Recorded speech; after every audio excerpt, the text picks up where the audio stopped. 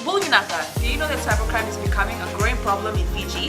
Cybercrime is defined as a crime in which a computer is the object of the crime, such as hacking and spamming. Cybercrime is also cyberbullying and using fake profiles to cause panic and spreading false news. If you're involved in this or know anyone who's committing these crimes, report them immediately. I'm Polly. And I'm Peter. We host the Traffic Jam Show on City FM. From 3 p.m. to 7 p.m. every weekday. Do the right thing. In this bulletin, frontline workers urged to register for vaccination. International Women's Day commemorated. And prosecution obtains CCTV footage in alleged murder case. From the studios of FBC Suva, Atera Lendua.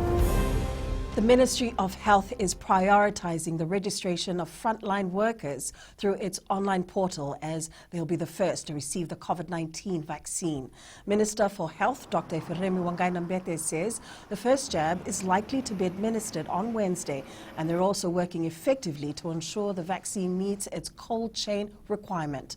Dr. Wangai-Nambete assures the vaccine is WHO certified and meets all the requirements and safety measures that are needed for it to be efficiently rolled out. At this moment, we should just let those frontliners get onto it and register it, because certainly if there's, the whole 650,000 of us went into online, it will create some challenges for those 6,000. So we need to give them that space, at least for the next day or two.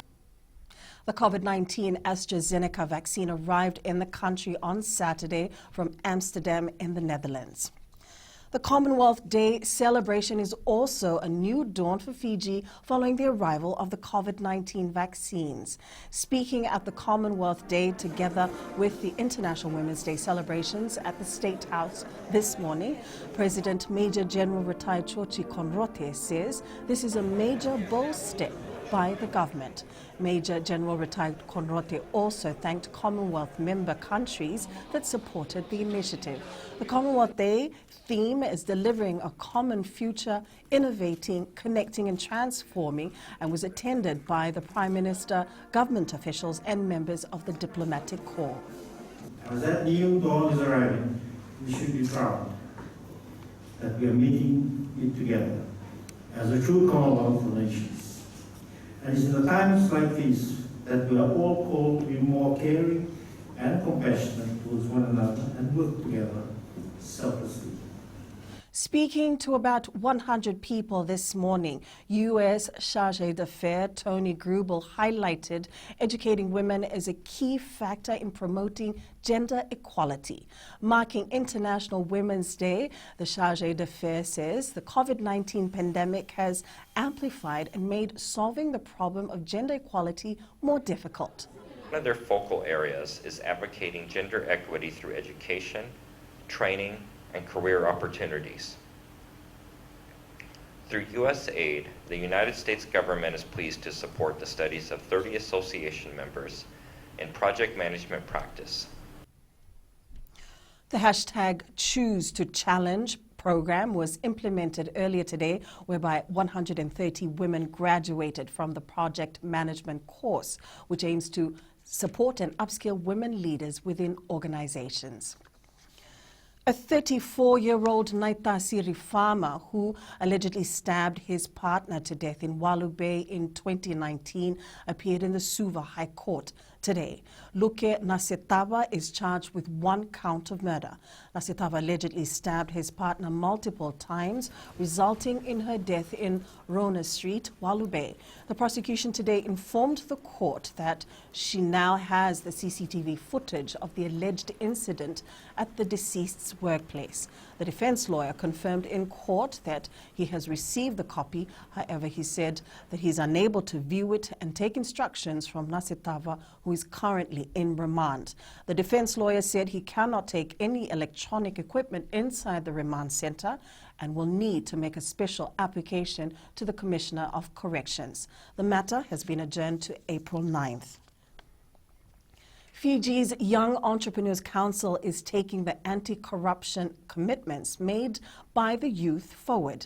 The council today launched its integrity workshop outcomes aimed at taking a collective anti-corruption action. Council Chair Watisoni Natha Jr. says their members will take on those outcomes and champion the way forward for business integrity amongst young entrepreneurs. Natha Jr. says these outcomes, together with the new norm brought on by the COVID-19 pandemic, has pushed young businesses to re-strategize and think outside the box. Entrepreneur members have formed partnerships with each other or with other businesses to carry on their drive for services, for the provision of services and the provision of products to sort of enlarge on their scope of business. So there's a lot of collaborations and partnerships going on. SODELPA is still awaiting a response from the Speaker of Parliament on a request made regarding funding. In a letter to the Speaker, SODELPA asked if its parliamentary grant could go straight to the party account and not to the elected SODELPA MP. The letter from SODELPA leader William Ngaboka requested that their parliamentary office and SODELPA's main office be in charge of the grant. Parliamentary grants are funds allocated to elected political parties in Parliament and are specifically for the administrative needs and functioning of the parliamentary offices occupied by the three political parties. The letter states that the SODELPA Management Board resolved that the party manage, dispense and account for the funds. Party's former General Secretary Andili Tiengyoni Baravi has opposed this move, saying it cannot be done as per the advice of the Speaker in an earlier communication. I was tasked by the Management Board to make our case to the Speaker for that grant, which in the past was controlled from the party headquarters. The party parliament grant is a lawful source of fund to the party. It is administered by the party, but the funds has to be used in accordance with the advice or the directive of the Speaker. The United States Embassy in Suva is looking at ways to implement its disaster and climate resilient program for the people of Laos. Following a recent trip to the group, U.S. Chargé d'Affaires Tony Grubel witnessed how the islanders picked up life after tropical cyclones Ana and Yasa. Grubel was impressed with the effort put in by the people. He says grants are available to fund some projects in the area of climate change and fisheries protection. We're seeing how we can, how our climate programs can, and disaster resilience programs can apply towards the Lao group. And we've given some small grants here to help with help promote fishing. Fisheries protection and stuff. He also highlighted that they're working with the government to safeguard Fiji's exclusive economic zone from illegal and unregulated fishing. Up ahead, defense a worry for Nandronga and grading system for Suva Volleyball.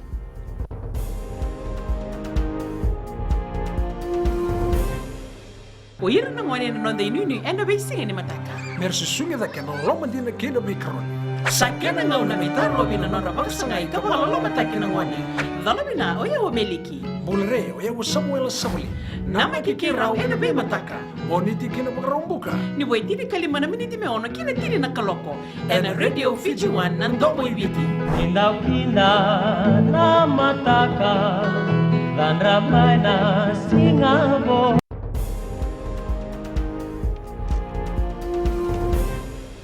The Nandronga football side played its first Digicel Premier League match yesterday after a lapse of 5 years, and coach Ramesh Sharma believes there's still a long way to go.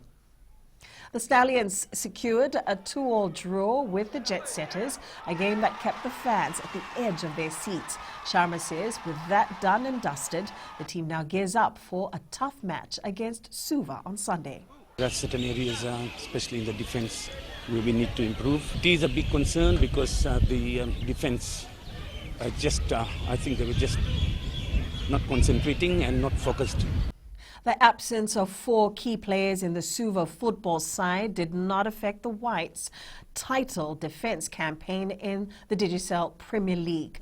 Captain Felipe Mbarabilala, Christopher Wasasala, Yosefo Veribo and Kalisitobe Koka were dropped from the match day squad due to disciplinary issues before Suva's first Premier League match against Rewa yesterday. Suva kept the pressure on their rivals and managed to walk away with a 1-0 derby win of the season. Head coach Babs Khan is content with how the other players in the squad stepped up. They would have made a difference if they would have been here, but it's football, it's about team. If you want to be in the team, you got to step up, come in training every day, and play. Manchester United has ended Manchester City's 21-game winning run in the Premier League this morning. Man City put on an impressive 2-0 victory over Man City at Etihad Stadium. The Suva Volleyball Association is implementing creative ways to keep teams engaged in the Digicel weekly competition. SVA President Kimweli Naingama says a grading system has begun whereby teams that have been performing well are promoted to a higher level. He says keeping youth engaged in a competition that has been running since last month is a challenge. Naingama says new concepts have been introduced to keep the meets competitive. Teams have been graded, and a few teams have been promoted up from B grade to the next level, to the A grade, and 2 teams have qualified from A grade men's team to the Premier,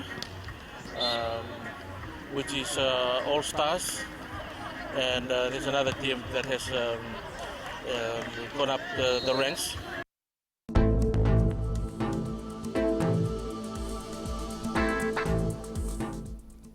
A weak trough of low pressure lies to the south of Fiji as a southerly wind flow prevails over the group. The forecast is for generally fine weather with cloudy periods and brief showers in some areas. That's FBC News now. Join us again at 7 p.m. for our major bulletin. For news you can trust, get the facts from FBC's TV, radio and digital news at fbcnews.com.fj. Take care and good afternoon.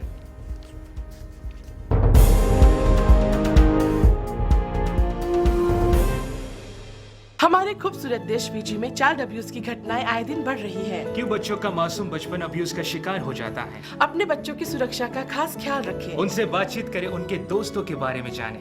आज के बच्चे देश का भविष्य है। मैं दीप्ति और मैं मोनिश, आपके हमसफर। शामिल हो जाए हमारे साथ मंडे टू फ्राइडे 5:45 AM से 10 AM तक रेडियो फिजी 2 देश की धड़कन पर।